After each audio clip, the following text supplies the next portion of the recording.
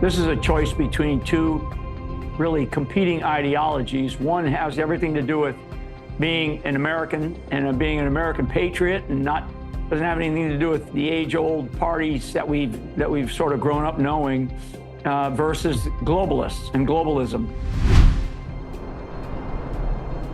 He has spent decades serving our country honorably in the U.S. military and as a director of the Defense Intelligence Agency. He also served as National Security Advisor for President Trump during his first term. General Michael Flynn is a true watchman on the wall for our nation. General Flynn, great to have you with us. Hey, you've been traveling the country over the past few months on the Reawaken America tour. You've been sounding the alarm about the stakes in this election. General, do you believe November 5th could be, I never say never, but could this be one of our last chances to turn things around in this country and set things right? Yeah, so I appreciate that, Eric, and thanks for you guys for having me on. You got a great, beautiful network and great audience. I actually believe that if the outcome of this election does not end with Donald Trump being the presidential choice, I do believe that this may be the last presidential election, the legitimate one at least, that we're ever going to have, at least for the rest of my lifetime. That's how consequential this election is. This is a choice between two really competing ideologies. One has everything to do with being an American and being an American patriot, and doesn't have anything to do with the age-old parties that we've sort of grown up knowing, versus globalists and globalism. And these are the two big choices. So it's globalists versus, Americanism, if you will, and the idea of being part of a constitutional republic and maintaining the freedoms that we love to have, freedom of religion, freedom of speech, freedom of choice, freedom of, all the different things, right? I mean, our Second Amendment, everything is at risk. So I believe that we're in probably the most historically consequential moment in U.S. history, and I mean that very precisely. I think that the American people see it for what it is. I think it's undeniable.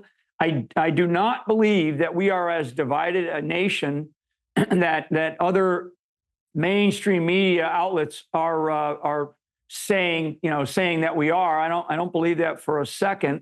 I don't believe any of these polls that are showing a very close race between Kamala Harris and Donald J. Trump. I don't believe that at all. I actually, I've been, as you mentioned, going around in the Reawaken tour. I've actually been to probably 150 cities and towns and farms and across this country in just the last couple of years, and spoken to what would probably amount to millions of people, certainly through the thousands that I speak to at an event, and we always live stream many of those events. I think 80 to 90% of the people that are in this country want to continue this country as it is, which is a constitutional republic based on a set of Judeo-Christian principles and values. And we should be fearless about that. I think what the media is going to try to convince us is that we have a very divided country. We're split down the middle. And I think that's a deception. I think that's a play to keep people uncertain and uneasy, and maybe to even keep people away from the polls. Yeah. I do believe that this country, in fact, I know for a fact that we have the majority of registered voters in this country are also Christians. And I think that if the Christian community shows up to vote and votes for the freedoms that we hold, that we cherish, then I think the outcome is there's really only, one person, one choice that will result in that, and that's President Trump. And I mean that, because the other side is really a dark, godless, soulless group of people that want to that are anti-American. I mean, they really are. They'll tell us all the ways that they want to protect democracy and all this sort of stuff. These people are really seriously dangerous, and actually, they're many members are card-carrying members of the Democratic Socialist Party of America, which is a very real entity. It resonates out of the Communist Party of America, and really that goes back to the 1920s. But I could, go into a history lesson with you on the 1950s and 1960s and the rise of the Democratic Socialist Party of America, frankly, when Jimmy Carter took office, and then it came into its fore in the Clinton administration, and then of course under President Obama, and it's just trying to cement itself right now. Yeah. And many of these people at the top, and I know I'm going on and on here, Eric, but many of these people at the top are Marxists. Very true, General. I mean, it's a threat. It is a threat to our way of life. Yeah. And I just think that people need to take it very seriously. And when you go to vote, people still vote for, how much money they got to spend at the gas pump, or how much money they got to spend at the store for a loaf of bread or a gallon of milk. I understand that. Or how much they're paying for rent, or how much they're paying for their mortgages and whatnot. And that's true. And that's still a sound American principle that we have to fight for. And all those numbers, I mean, we have inflation rates. We have inflation rates just for some of those things, those commodities that I just mentioned, that are in excess of 20%. So people have to still vote where it's the economy, right? That kind of a thing. I got that. But I also want people to also consider the future of America as it, and look at your children or your grandchildren and take a look at them and say, is this the country that I want them to grow up in? Is it a communist country with socialist policies and tendencies, or is it an American society that's proud of being an American and is still based on this beautiful thing we call the constitutional republic? And I'll shut up after I say this. This is not about going backwards in time. This is not about reflecting on what the good old days. We have to move forward. Technology advances move us forward. Good ideas and strong leaders move us forward. And that's what we need to be focusing on. That's what we need to be looking for. And for the Christian community that's out there, in order for us in order for a good pastor to preach the Bible on a Sunday service, the only way that good pastor can preach the Bible is by having this thing called the U.S. Constitution.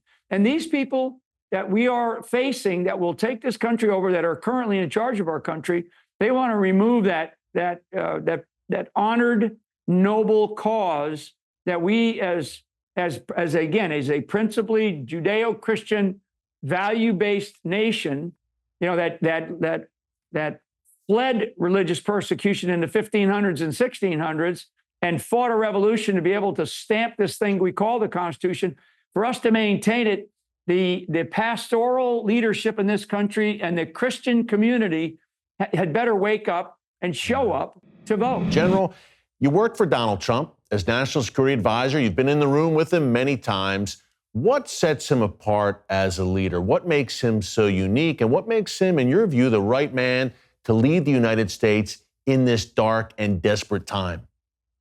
Yeah, and it's a great question. And I think people, I have great intimate stories where I witnessed Donald Trump do things for people that he otherwise did not have to do. And I use the phrase, when nobody is looking is the true test of a leader.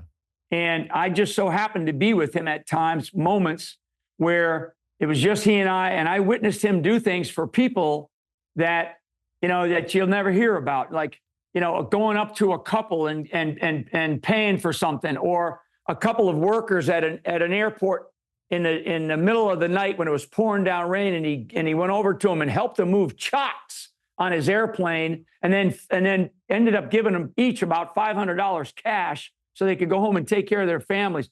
So I'm telling that story because, you're not going to hear that kind of testimony by the media out there. They're going to call him every name in the book, and not like I've been called every name in the book. I mean, Donald Trump is a proud American. Donald Trump is a very intimate Christian. He really is. He's not somebody who's wearing his, on his sleeve, and he's out there espousing it. But believe me, and I know the Christian community has worried about whether Donald Trump, seats that. I mean, Donald Trump is the guy that chose 3 U.S. Supreme Court justices that overturned 40 years of murdering babies. So, I mean, the guy, and he's I think he's the only president that ever got out there and talked to the pro-life movement, addressed the pro-life rally in Washington, D.C. So, I mean, this guy is a person who has been described by the media as this, horrible guy. He is one of the most caring, loving people that I've met. He's a tough guy. Believe me, I've had my moments with him, and I could have a lot of things to say about him. But when I look at what's best for this country, we need a leader who can sit down for 3 hours, no notes, no teleprompters, and have a conversation with somebody who's not necessarily on his side about any topic, of interest to any audience. And he's got that skill set to be able to do that because he's a very smart guy. Yeah. And he's also a gifted businessman. And the time that he served as president of the United States, he made the economy of the United States of America so strong that it put us back on this pedestal where the United States of America belongs as the world leader. And it also allows us to do the things that we need to be able to do, in other aspects of our domestic security, right, as well as our foreign security. And I think that, all of us, where does the name calling come from, right? Where does the name calling come from? It really comes from them. I mean, I've been called every name in the book. Every single name in the book. Trump, the same thing. I mean, they're equating him to Adolf Hitler, for Christ's sakes. I mean, what Donald Trump is? He's a proud American, and he's a proud father. He's a proud grandfather. He's a proud family man. I mean, all of his children love him, and he is the type of guy that when he engages you, particularly one-on-one, he's a very engaging guy. He's very, very moving type of leader. But I like to say, when nobody else is looking, what is the character of that person? How can the character of that person be described? And I can tell you, I've seen him in very intimate situations, and it's like, wow, that's a man. That's the kind of guy that I want to be around. Yeah. And I think that the American people know that. And I do believe that if we had a fair election, we would see a 50-state turnout for Donald Trump, and he'd win hands down. Stakelbeck Tonight, my all-new nightly series on current events through a bold biblical lens. Make sure you hit the subscribe button so you never miss an upload, and tap the bell icon so you're notified every time a new video is posted. And don't forget to share your thoughts, insights, and comments below. Thanks for watching, and God bless.